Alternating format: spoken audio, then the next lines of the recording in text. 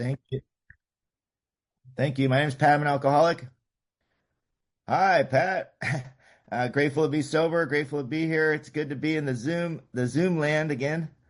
It's so many of my Zoom friends, and I just sit back and all the memories in the Zoom world. And just friendships that I connected, and what in that crazy time and that crazy blip time we were in, and created this platform. Well, I don't know if this was online meetings have been going a long time, but for me it was new, and see all my friends, and then Ralph popped in, and I said, "Oh, I got to get serious, man. There's no more messing around." And Ralph is one of those pillars in my life that I love and respect, and I just love Alcoholics Anonymous, I've been sober since the 23rd of October 2002. I have a sponsor, and Mike S. I love that man, and I have a home group. My home group's the South Coast Speakers Meeting of Alcoholics Anonymous. We meet on a Wednesday night in Laguna Beach. Um, Wednesday night, 7:30, and I was sick last week, so my energy level feels like it's a little low.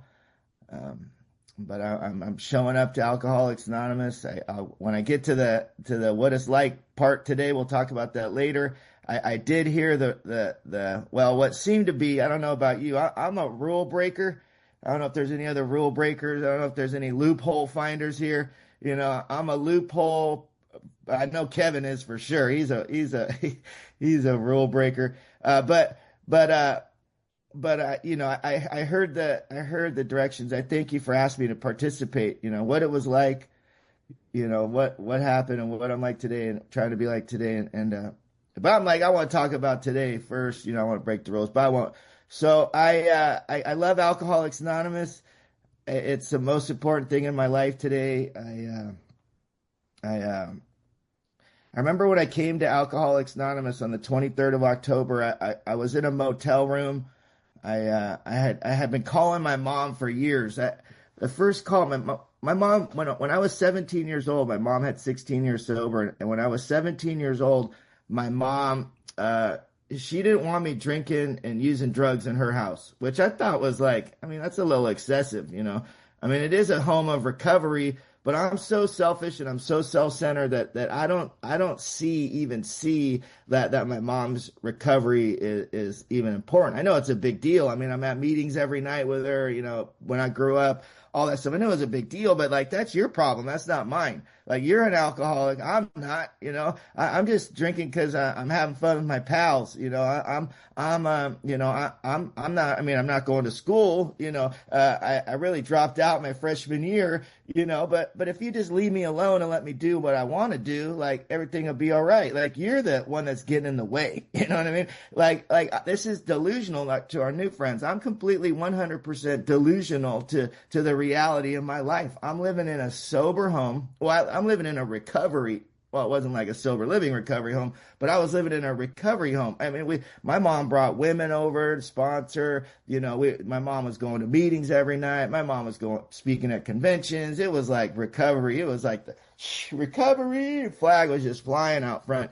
And I'm drinking and just completely disrespectful of any of that. Like, that's your deal. I'm over here in my little bedroom that you pay for, right? That you put food on the table, right? Like, you're providing everything for me, and I'm just a taker. And at 17 years old, I identify my alcoholism at 17, full blown alcoholic at 17, though I don't know it, though I'm completely delusional. My mom, she's like, "Hey, check it out. Like, this is a sober household, right? We're doing recovery things. You're putting people's recovery in harm's way because you're drinking and doing what you want to do in this household, and that's not going to be tolerated." And I was like, well, those rules don't really apply to me. I mean, that's your deal. And so I continue to do like what I am doing. Right? Like I have no control over what happens to me when I put alcohol into my body. At 17, I just met a friend recently, and she was like, she was telling me some stories, which aren't always, sometimes they're funny and you can laugh, but I heard one and I was like, oh dang, I came to in a friend, I guess a friend, backyard. completely naked, laying out by the pool, like if I was laying out catching a suntan, and her mom and dad came home from the vacation and were the ones to find me there, and that's kind of embarrassing, but I don't think it's a big deal. You know what I mean? Like, I just, put my clothes on and go about my business. And but like that's the kind of space that I'm in. Like I don't know. Like it wasn't the goal. Like the goal was just to go have a couple drinks and be all right. Hang out with the fellas. Chop it up. Maybe shoot some dice. Maybe make some monies. And that wasn't the deal. And so like that's already how I'm drinking at 17. And now my mom's like, hey, like this sober household, you can't drink here. And if you're gonna do that, like you need to do it somewhere else. And so I start doing it other places and not coming home. And but I come out of a blackout and I'm coming out of a blackout at my mom's house, and she's not liking that. And so she's like, you could either be here, be sober, or go out on those streets and get loaded, but you need to make a choice. And I don't hear that. I hear I'll do what I want to do. And so I come home one night and my mom's standing there and she's got a bottle of alcohol and some other things in her hands, and she's like ghost face, and I'm coming in like just like whoa, like I know like I'm in trouble, things are going on, and she looked at me and she's like, you're kicked out. And I thought it was excessive, at the time. Right now, like I have a lot of feelings and emotions around it now, um, around the power of alcoholism. My mom was my hero. My mom was my best friend. But then I just was like, who wants to live at home anyways? I'm out of here. And I walked in my bedroom, you know what I mean? And I packed my backpack and I walked by her and I looked at her right in the eyes and I said, I'm going to do everything I can to ruin your life. You know, my mom was 16 years sober and I have an 18-year-old son today, and I can only imagine, I mean, I can't even imagine. That's a lie. I can't even imagine that pain, and, uh, and, uh, and I remember that shame and that guilt on the inside, and I didn't know that alcoholism was driving me to the next drink. I didn't know that I didn't even know what alcoholism was. I thought I had a choice here, you know, and, I grabbed my mom by the collar and I was fucking bam, slammed her against the wall, and I started cursing at her, telling her F-bombing her left and right, and uh and I left that night, and I went to an abandoned house where I was getting loaded at, and I did some high powered things to accelerate my drinking. Period. Bottom line, I have a progressive illness. My alcoholism doesn't tell me you're going to be a purist. You know what I mean? It's like we're going full board, mother effer. You know what I mean? And I got you by the throat, and you're gonna demand what I tell you you're gonna do. And and I didn't call my mom for a year and a half because I was gonna make her pay for that decision. I was gonna make her pay for that decision, and and I was on a run. Alcoholism was going to take me for the next 10 years. What my mom said to me that night, she said, you can stay here. That's fine. You can be sober, and stay in this household, or you can go out on those streets and get loaded, but you need to make a choice, right? I lost the power of choice long before I was 17 years old, and I heard that I was kicked out of the house. My mom was my hero. My mom was everything to me. And alcohol told me to put my hands on my mom that night, and, and I went 10 years of living hell. And, my mom would tell me, she would say things like, hey, maybe you should go to AA. Maybe go to an AA meeting where those AAs, the people in Alcoholics Anonymous can help you. And I was living in San Francisco, and I'm a tenderloin kind of alcoholic. Anyone familiar with the TL? I'm a TL kind. I'm an Eddie and Jones kind of alcoholic. If you know the TL, no playing for me. And I would go to some of those meetings in the Tenderloin, or scoot out to the old Mission District, or maybe get out to where it's nice out in the Presidio. They had a little Llano Club there, and they had better cigarettes over there than the Rollies. But I go out there and get my cigarettes, and I go to AA, and I'd hear things, and I hear the alcoholics, and they drank and lost their wives, and I was like, man, who wants a wife anyways? And I guess I'm not alcoholic, and I go to AA, and you would go to prison, and I don't go to prison. I go to jail, but I don't go to prison. They're different. They're different. And and I'm looking, they say looking for the differences, but for me, what I come to learn is that I'm looking for the consequences. And I'm thinking, well, if my consequences match Danny's consequences, then maybe I'm alcoholic. Right? I don't know what alcoholism is. I don't understand the disease concept of this thing. I think it's about consequences. And so you guys lost your kids, lost your wives, lost your businesses, Now anyways, my businesses weren't legal, but I was losing them pretty quick, if you're smoking all your things, that's a bad business model, you know what I'm saying? And so I was losing businesses, but it's just minimized and justified, I'm not like you. And so I think this is about consequences. And I'm panhandling. I'm a panhandler. Not by choice, but by my hustle ran out. And so when your hustle runs out, you start panhandling. And if you don't know what panhandling is, I'm a begging for money, and I'm standing there. And in the 90s, I had a friend, he had a sign that said sparechange.com, and we came up, what I mean? We were making money off that sign. That was a good one. And but that was it. It was like, damn, we coming up. Look, we got the sign, and we had the sign. We were hustling everybody. It's just going lower and lower and lower, but I can't see it. For me, it was like, well, maybe I'm an alcoholic if I have to push a shopping cart around. And I just had a friend with a shopping cart, so I put my things in his cart, and I said, man, you got it bad, homie. You need to go to AA. And that's just like how the delusional mind is playing.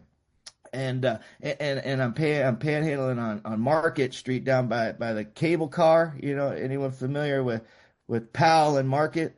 And there's that big line, all those people down there, they got money, and I'm standing down there lonely, desperate, dying, just for one more drink. Lonely, desperate, and dying for one more drink. And this woman, she took a kindness to me. I don't think she had gone to Al-Anon yet, because she moved me in her house, really is what happened. She moved me in, and she started detoxing me and bringing me back to health, and I don't know about you, but when someone takes a kindness in you like that, I fell in love with her. This was my new wife. We were going to be married, and she detoxed me and cleaned me up. She fattened me up. I got some weight, and I think that normal living is the solution for alcoholism. I got a girlfriend. I got a place to live. I mean, I ain't paying rent, but I got a place to live. I got a girlfriend. She doesn't know it. And 45 days in, she thought I should get a job, which I thought was a little excessive, but I ain't no dummy. I got to keep the normal lifestyle going. So I did. I got a job at the Presidio, in the Presidio, and at the YMCA at an elementary school. I was the assistant director for an after-school program.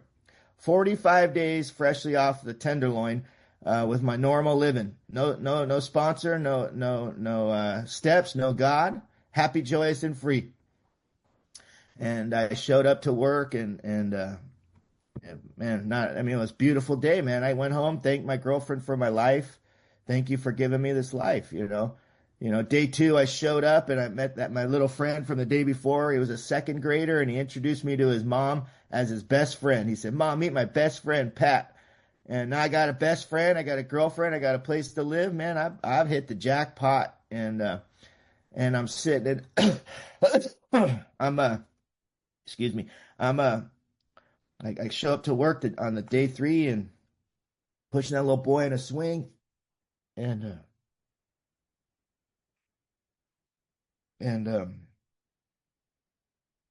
boom, just like that, thought crossed my mind that a bag of heroin would be a good idea. And I called my friend, and he came and he brought me a pint of tequila and the things I needed. And I went to that elementary school bathroom, and I did what I needed to do. And I went out on that toilet, completely went out. And I came to with the director and that second grader, who introduced me to his mom as his best friend, crying, Pat, Pat, Pat. And for the first time in my life, I could see like how my behavior like truly affected another human being. The little boy was crying, it was like crying, and I left that day, and I thought maybe I have a problem. And so I called my mom and she sent me to treatment, and I went to treatment center, and I got a girlfriend in treatment, because girlfriends are the perfect solution for alcoholism. They make you feel good. And and so I don't need to go to AA, and I don't need to go to nowhere really. I got a girlfriend. I needed to go to sober living because I had nowhere to live. So I asked her where we should go, and she wanted to go to Hawaii. I thought this was awesome, romantic, but I thought this was, I didn't know that I had alcoholism. I thought I was an addict. So if you're an addict, you can drink alcohol. And so I did. I got on the plane to go to sober living to be with my sober girlfriend, and I drank Heineken. 12 or 13 Heinekens later, I landed in Hawaii. If you're new, it's the first drink that gets you drunk. I thought that was kind of sissy. I didn't understand what they meant. But when I got off that plane, I realized it was that first Heineken, man, that got me drunk. Because after that first Heineken, I had to take the second one. After the second one, I had to take the third one. After the third one, I was done. What I mean? There was no like, are you going to drink? Are you not? No, I'm go full bore. And I was full bore for the next 2 years till I got to Alcoholics Anonymous. And mom went to Al-Anon. That sucks. Money stops coming. The whole deal. Language changes. You start hearing things like no. You're like, no, what do you mean? She's like, no's a full sentence. Hang up on me. And for the last year and a half of my drinking, I ended up on Skid Row. And I think I have 17 more minutes, Leslie. And I ended up on Skid Row. And you have 24.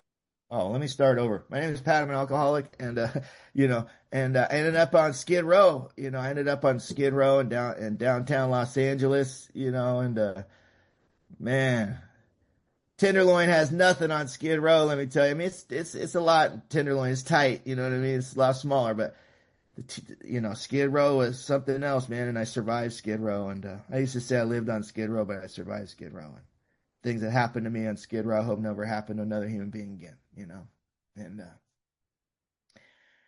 And 3 days before I got sober, I on the 20th of October, I crawled out of a motel, sexually assaulted for the 12th time.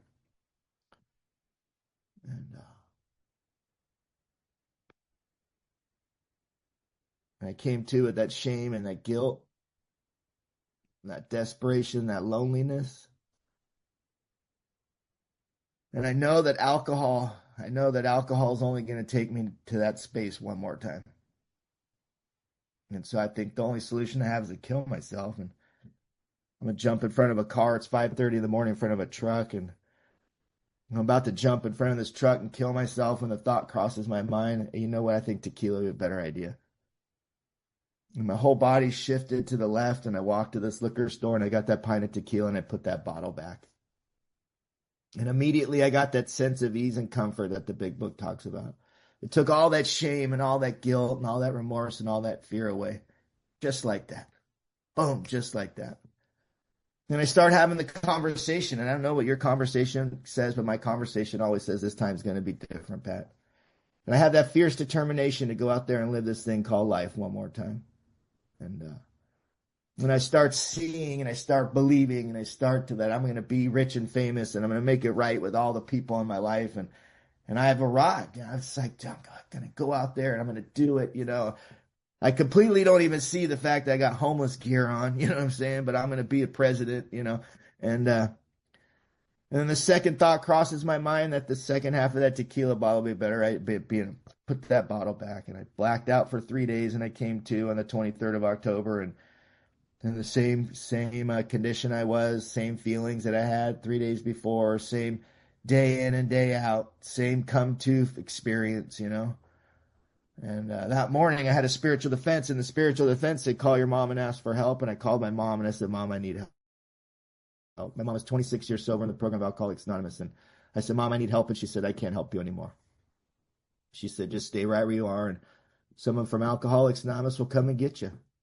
She said, if I come and get you, I'm going to end up killing you. And she hung up on me. And my mom sent the biggest, I don't know, Kevin's a goof, but the biggest goof, bigger goof than Kevin in Alcoholics Anonymous. She sent Jack Orris, rest in peace, Jack Orris.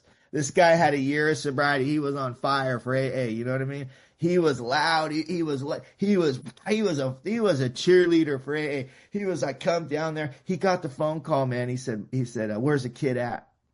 And my mom said he's in Anaheim, and gave him the address, and he went and grabbed a new guy.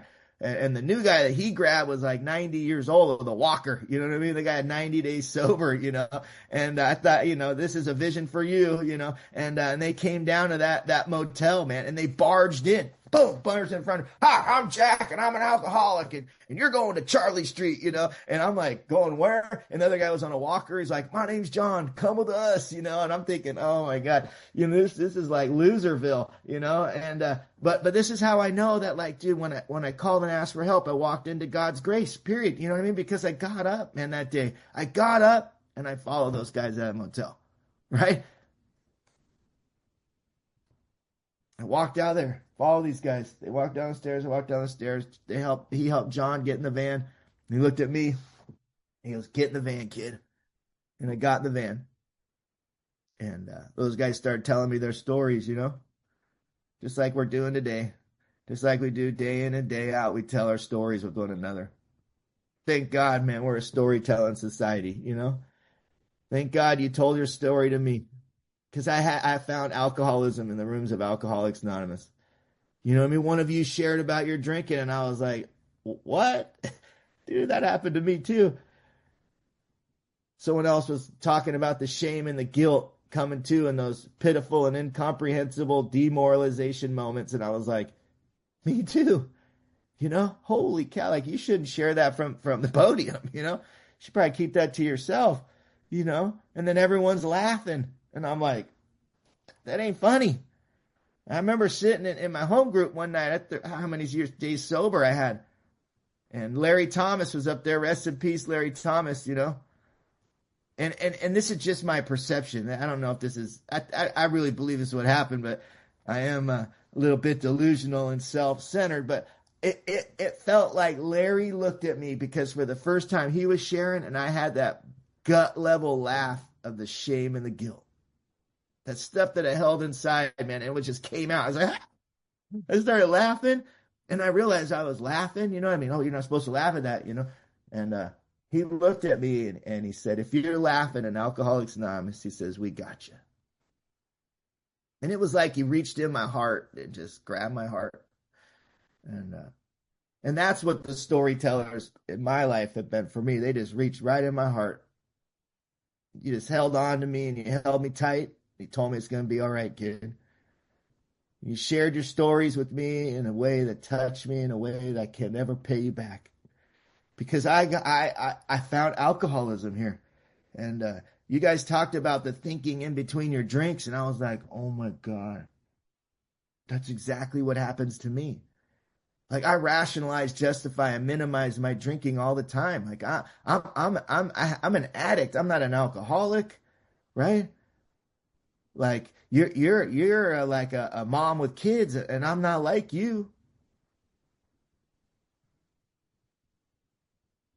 And you talked about your thinking and the thoughts that preceded your first drink. And then you asked me, what's your thinking? What precedes your first drink? And I started to tell you the insanity of my thinking. And you looked at me and you said things like, you know what makes me alcoholic is that when I put alcohol into my body, I can't stop until I end up in, where do you end up? And I said, jail. And they started laughing. The guy's like, yeah, I go to jail too. And he said, more importantly, with a sober mind, you have a mind that's driving you back to the thing that's going to kill you? You told me you might be alcoholic, kid. You might be alcoholic. And the next day I'd show up and you'd say, you'd tell your story about what makes you alcoholic. You talked about the insanity of your thinking that led you to your, and I'm like, that's what happens to me. I'm just like Mark. Oh my God, I'm just like DC. Oh my God, Kevin, I'm just like you. Oh, you know what? Maybe I'm an alcoholic.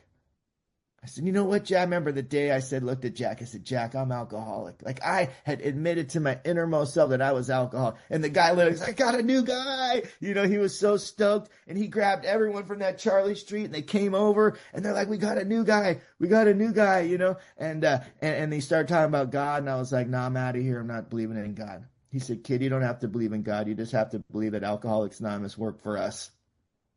and you guys talked about coming from the bottom and where you were today. And I said, you know what? I've been to those bottoms. You know what? Maybe I could end up, with a life like those guys and women, those men and women in AA. Maybe. You talked about the joy and the happiness you had for others, and I was like, maybe one day, maybe one day I could have joy and happiness for others. And I made a decision. I didn't believe in God until I was 10 years sober. But I said this little silly prayer. I think more because I wanted Jack to like me. Got on my knees. I was like, God, I offer myself to thee to build me, to do with me as thou will, really me to monitor stuff. And I don't think it matters. I don't think it matters what your motive or your intent is. I think what matters is your action. And I took the action even though I didn't even believe in the action. And the action was when my sponsor said it's time to pray, we prayed. And even though I didn't believe in it, I said the silly prayer. And God heard that prayer. God heard that prayer. And I did an inventory with that guy, and I read the inventory to him as much as I could get out. I couldn't get out all the things, but I got what I could get out at that time. I did a little silly 7-step prayer. My Creator, I'm now willing that you should have all of me, good and bad. I now pray you remove from everything in me, good and bad. My sponsor, he said, you don't need to judge if it's good or bad. You just give it all to God.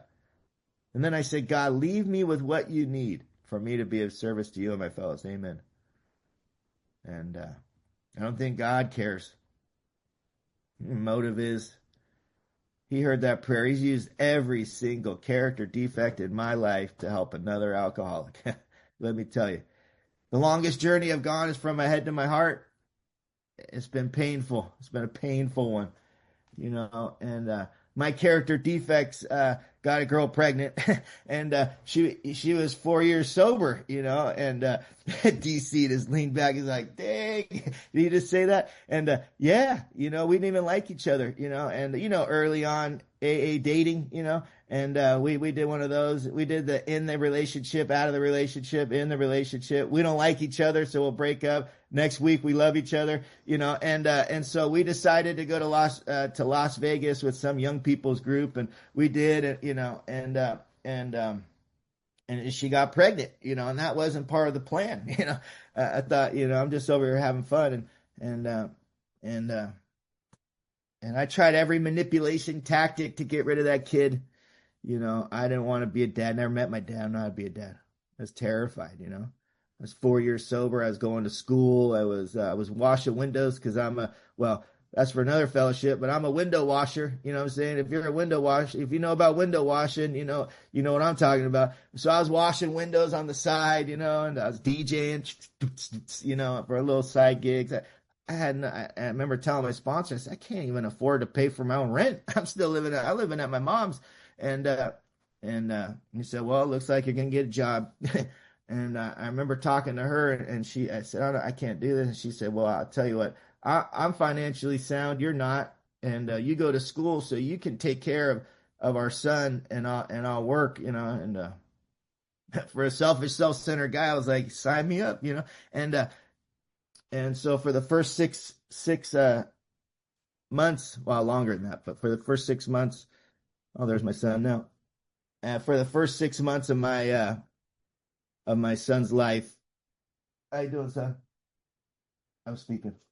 And for the first, I took care of that little boy, and I didn't know how to take care of a kid. He cried. I don't like cry. I couldn't deal with crying, and he'd get the hiccups, and I call the women in AA. He has the hiccups. What do I do? And you guys are like, I don't know. What do you do when you have the hiccups? I'm like, I don't know. Wait, and you'd hang up on me, but he would cry, and I put him on my head, and he wouldn't cry up there. And so I just cruised around all the time with him on my head, and because he didn't cry, and I had a solution all on my own. And I was at my house, and one day I was my sponsee was there, and I put him on my head, and I stood up and put him on my head, and I put his head right into a ceiling fan like that. I was like, and I was like, oh my God, I froze, and my sponsee grabbed my kid, and I ran to the back room, and I was like, got on my knees. I go, God, I don't believe that you exist. But John Ackerland, rest in peace. He was an old timer, great old timer. He told me, he said, I don't care if you believe in God or not, just pray, kid. And so I go, God, I don't believe that you exist. But John Ackerland just tells me to pray, and I just put my son's head in a ceiling fan. I don't know what to do. And I heard a voice in the closet. It was like, you need to call the doctor, dude. I was like, holy, that's profound. God's talking right to me, even though I don't believe. And so I got on the phone and I called the doctor, and the doctor told me what to do. And I grabbed my kid and I looked at him, and there was nothing wrong with him. He had a little bump on his head. That was it. But what happened for me in that moment was that I cared more about another human being than I cared about myself, you know. I remember my sponsor telling me, he said, kid, you think that drugs and alcohol are your problem, kid? I said, well, yeah, that's why I'm here. He said, no, selfishness and self-centeredness is the root of your disease, kid. He said, you see that guy right there? He said, I want you to go help that guy. I was 3 days sober, and I went and introduced myself to this guy, and he had 1 day sober. And I started telling him my story, and I said, why don't you come on in? And I put him on the couch at Charlie Street, and we told our stories to each other. And that night I went to go see my friend, and, you know, we kind of went upstairs, did my thing, came back, and that guy, I was sitting next to him, we were talking, he went into a grand mal seizure. And he ended up dying from that alcohol withdrawal. And I remember looking at that guy thinking, that's me. That's me. Like, if I keep drinking, that's going to end up me. And my sponsor didn't lie to me. That day, when I put my son's head in the ceiling fan, I cared more about another human being than I cared about myself. And man, that 18-year-old boy, he's 18 now, and he loves Alcoholics Anonymous. He's grown up at Alcoholics Anonymous. Me, Ralph, Leslie, and we were in London. We were in London together, and he was there, right? And we share that experience, you know. He went to Stockholm, Sweden with me. He's been all over the country with me, and he was close to a friend of mine, TJ Bryan. I sponsored. Rest in peace. They were really, really close. He ended up overdosing and dying. He's seen guys like Johnny M, in and out, now has 9 years. Guys I sponsor, man, they'll hear. He says, hey, you want to hear Eden? You know, and Eden will mute it on the Bluetooth and go, Dad, he's manipulating you, you know. And then I'll let Eden tell him it. And so guys I sponsor call him junior sponsor, you know, and that 18-year-old boy, man, he just graduated high school. He graduated with a 4.5 grade point average, honors and AP classes. I had to ask him, I go, what's AP? He goes, you'll never know. You didn't even graduate high school, you know? And he applied for colleges all on his own, wouldn't let me help him because I never went to college. But here's the gift of Alcoholics Anonymous. You guys have been to college. Richard B. helped my guy sponsor, helped my son put, do all the things to get into college. I didn't even know. You guys were doing it on the back end because he had established relationships with you guys. I'm indebted to Alcoholics Anonymous. You know, he got into Fit College in New York, Fashion Institute Technology, fashion design major.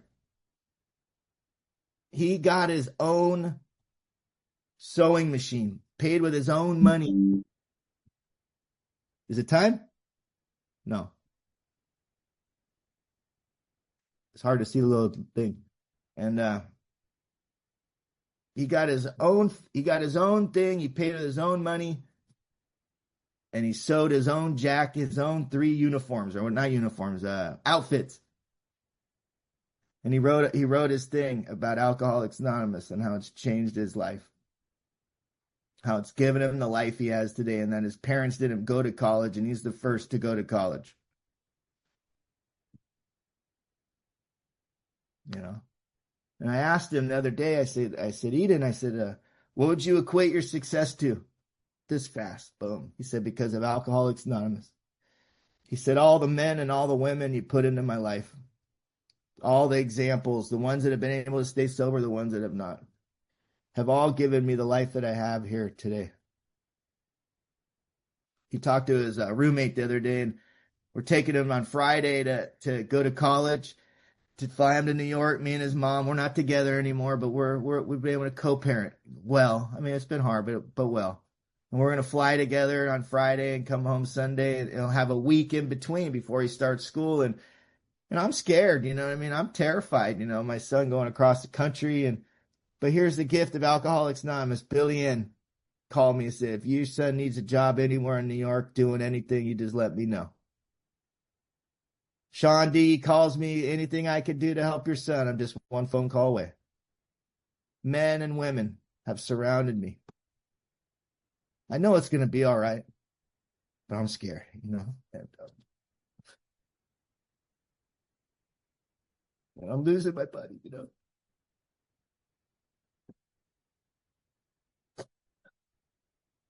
The thing that I didn't even want, it's been the greatest gift of my recovery.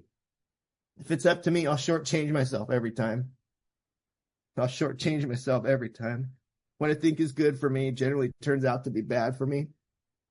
And what I think is bad for me generally turns out to be good for me. Rest in peace, my mom, Patty. She used to say it all the time, but it makes sense to me today. Makes sense to me today. And it's just a new chapter. It's a new chapter in my recovery. And that transition from my little boy into manhood, something I never experienced in my life. And my son's given me that gift. I didn't experience it with my father, and I get to experience it with my kid. If it's up to me, I'll close the door every time because I'm afraid. And I'm not closing the door on this one. I get into prayer and I get into meditation, and I ask God what God wants from me. And it's clear. It's clear. God's telling me Alcoholics Anonymous is about to get real big in your life. Because I know the solution for me. The solution for me is to help another alcoholic. The solution isn't for me to try to navigate and figure out how I'm going to move to New York, even though my selfish and self-centeredness wants to do that. My selfishness and self-centeredness wants me to get more busy and work because you know what? I need to make more money.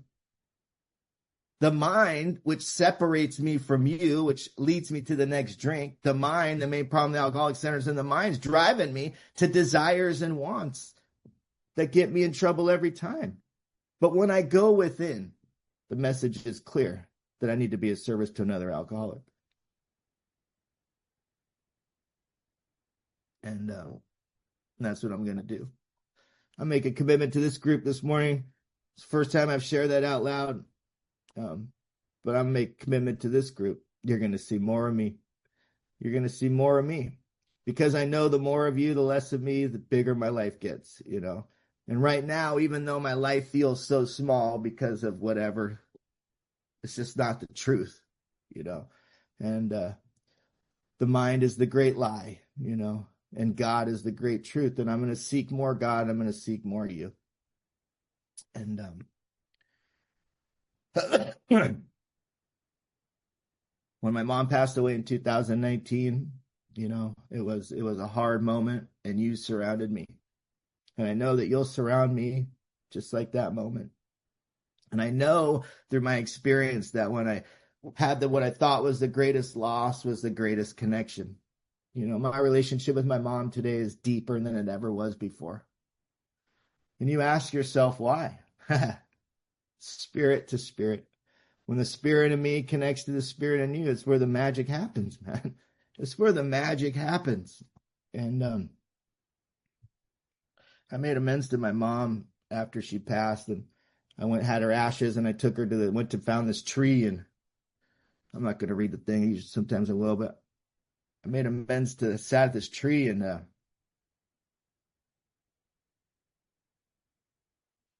pour this ashes on this tree and make this amends. And the message was really simple from my mom: to go out and help others, right? To forgive myself for everybody in my life has forgiven me. And I got a call from Judith out in North Dakota, said, your mom was supposed to speak for me. And she said, in meditation comes up is that you're going to speak for me. I've never heard your talk, but And I did.